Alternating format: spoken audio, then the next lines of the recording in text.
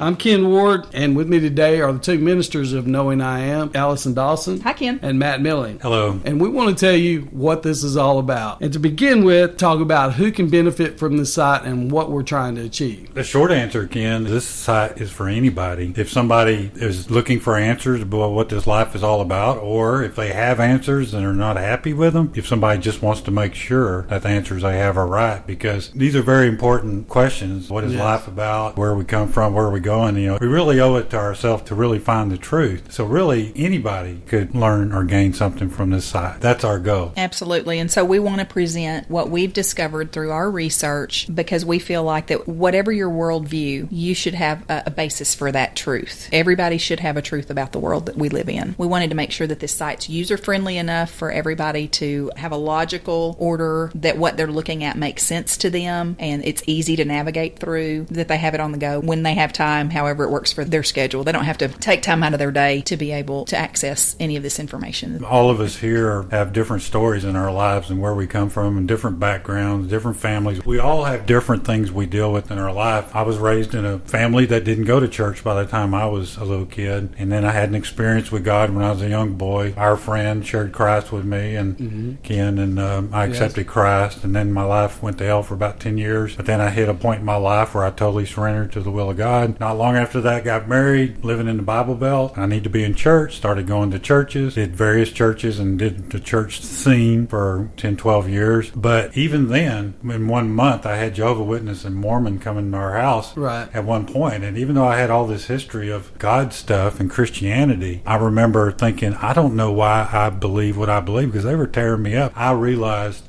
I need to really figure out why I believe what I believe. So I had to start over all the way to the point of the very first thing. Is there a God? Is there a God or is there not God? And so these are our documentations of the questions we had. We're sharing it with others. You and I had talked before about, isn't it strange how you get older and you get a lot of experience and you got things to say, but nobody wants to hear what you got to say, and then you die. And so this is an awesome opportunity for us to share with others what we've learned, whether they take it or not. We're not trying to lead anyone to a denomination, to our belief. We're just laying out there what we have found to be true, not only together, but in our individual research. And if someone can benefit from it, that's our goal. Absolutely. And backgrounds differ, experiences differ, religious traditions and all of those things can differ. And the funny thing is, Matt and I, we have very different religious experience backgrounds. He just kind of shared his with you. Mine was the polar opposite of that. We were in church every single time that the door opened. We were in a very demonstrative religious denomination where praise and worship were, again, very demonstrative and emotion driven and things like that, things of that nature. And so when my husband and I got married, he was from a very different religious background. And so we spent years trying to find the church, that would kind of blend both of our backgrounds together. Of course, it didn't happen. And so we had to start questioning why. Why was your experience so different from my experience? And how are we going to merge those two experiences as we begin our family? As Matt and I became friends and we started talking about those different experiences, how does that relate to the Bible? So we really got together as a group and started asking these really hard questions, comparing what we had been taught or what we had been told or what our experiences were, and then comparing that really with some biblical truth. And we came up with a lot of interesting conversations. I mean, a lot of 1 and 2 and 3 a.m. conversations that were just really deep and good stuff, Yep. So that's where a lot of this stems from. And those really good conversations and questions that were asked and the answers that we were able to find and locate together, this is stuff that, if we were asking those questions,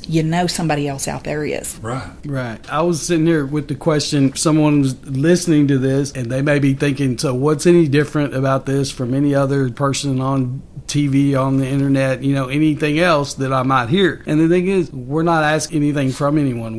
We have nothing to gain here. We're just trying to share the truth that we've discovered. And my experience is much different from yours. But we've arrived at these same truths through looking for it, not from what we heard sitting on a pew somewhere. And, I'm not putting people down for being in church. We all, you got to go somewhere. I was really disappointed in a lot of ways in my church experience. And again, I'm not trying to dog churches. And especially when I met some someone like Allison and others, we would talk about things and we had the same conclusion. And it really was refreshing to find out that somebody's like, you know what? I don't care what everybody's teaching. I don't care what they're saying. I don't care what they're trying to make me do. What does the Word of God say? Right. And does it make sense? Is there evidence for this? Is it Logical. Yeah, logical. Does it make sense? And that doesn't contradict. Okay, Matt, where did these core lessons come from? Well, as I said before, I had to ask myself, why do I believe what I believe? And I started building this path, if you will, laying this foundation and building upon to determine if there is a God. And after a while, I thought, well, this would make a good book. Actually, what I was compiling there is shared in the Getting Started section. Matter of fact, one of the lessons is what I was going to call the book, Will a Real God Please Stand Up? That was the beginning there. Now, that was just the Getting Started section. Now, as we were meeting at Wednesdays out at Kevin and Allison's house, there was some reason, I remember there was like a couple of weeks there that we kept gravitating to Hebrews 6, talking about the milk of the Word and the meat of the Word.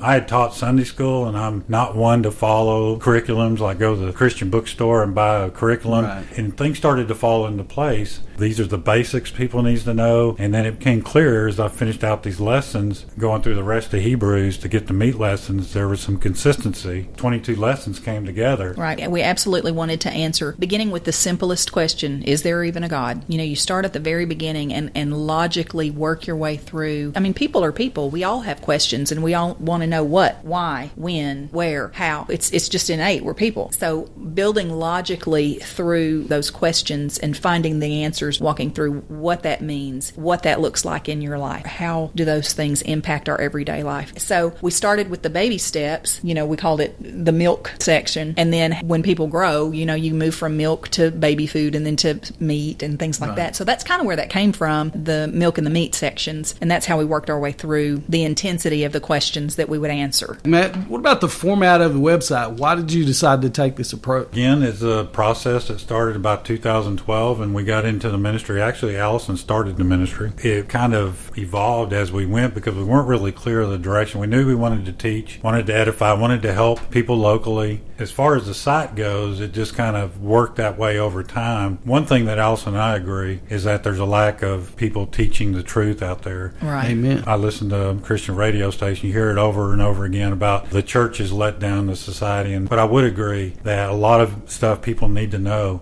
is not being passed on. Right. Right. And really the reason for this website is when we were getting together, meeting once a week, some people were able to make it every week. Some people would miss. We've got daily lives. Things happen. You miss a week, and then you've missed the logical order of answering these questions. Right. And so as people would miss, then you've got to go back, or they just wouldn't get it at all. That's part of learning. So we wanted to make sure that everybody had access whenever, wherever, however, so that anytime they were available, they could just take the time that they needed. And that's how the website got started. That's a good point, Allison. If you've been to church, been to Sunday school, you usually have, 45 minutes, maybe an hour. Even if you have a dedicated, well-prepared teacher who's studying the Word and researching what they're teaching, they spend so much time catching up those people who were absent last time and then telling those people who are late what we're doing. And then the time you actually get to talk about anything new is so small that it's really negligible. It's like no progress is ever really made. Right. And time is valuable. Very. And so you want to value the time that somebody takes to learn anything. So we started with the idea that it needed to be one-on-one. Anytime that somebody was available, we would make sure that we had time out of our day to work with those people. Well, then you have so many people that you don't have enough time in your own day to do that. And this was just sort of a natural avenue for us to explore. Well, the one-on-one element was so that people felt free to ask questions. They weren't intimidated. Right. You could work around schedules, but you can make sure to keep that order. The order is important because we're giving you the bottom line answer we've already concluded. We're trying to point you in the right direction, like you said earlier. We want to encourage people just to hear what we got to say and then dig in for themselves, do their own research, make sure what we're telling them is true, because we're really just throwing it out there saying, here's what we've already concluded. Right. Let me go ahead and tell them about the website. First off, on the homepage, you'll see down there we have a letter to the church. I'd love everybody to read that, whether you believe in church or not. not. Then obviously the core lessons are broken out into the getting started. Are you thirsty? Are you hungry? And then if you want to learn more about us, we've got what we believe, what we do, and some information about our lives. We got a contact us page. If somebody does want to contact us or ask questions, that is there for them. Finally, on the About Us tab, we have a lesson about the model of the early church. Mm-hmm. It's a standalone lesson there for those that want to know what was it like for the first 300 years. One aspect of this site that's very important to me is I know many people believe in God. The whole church thing turns them away. Mm-hmm. In that letter to the churches, 70% of Americans profess that they're Christians. Of those, on any given Sunday, only 18% attend. So there's 82% that profess Christianity but aren't going to church. Really, I'd love to see people to invite friends over, have a meal, spend time together, maybe study a lesson and talk about it. I do want to encourage people to go through all the lessons before they throw it away. Yeah. You might just actually hear something that you need to hear. Absolutely. That was our original thought. We wanted to have that early church model for the in-home fellowship that brought us together to begin with. And that early church model includes, you have a meal together, you sit down, you have conversation with one another, you enjoy fellowship with one another, you enjoy the people who are in your lives, and at the same time you have a meaningful conversation. Use the time, use it wisely, dig into some truth together, have some meaningful conversations, and answer some meaningful questions about this world that we live in. I wanted to finish this off with a quote from a man named Herbert Spencer. It says, "There is a principle which is a bar against all information, which is proof against all arguments, and which cannot fail to keep a man in everlasting ignorance. That principle is contempt prior to investigation." It's my hope many people will benefit from this. Do you not agree? I do agree, absolutely.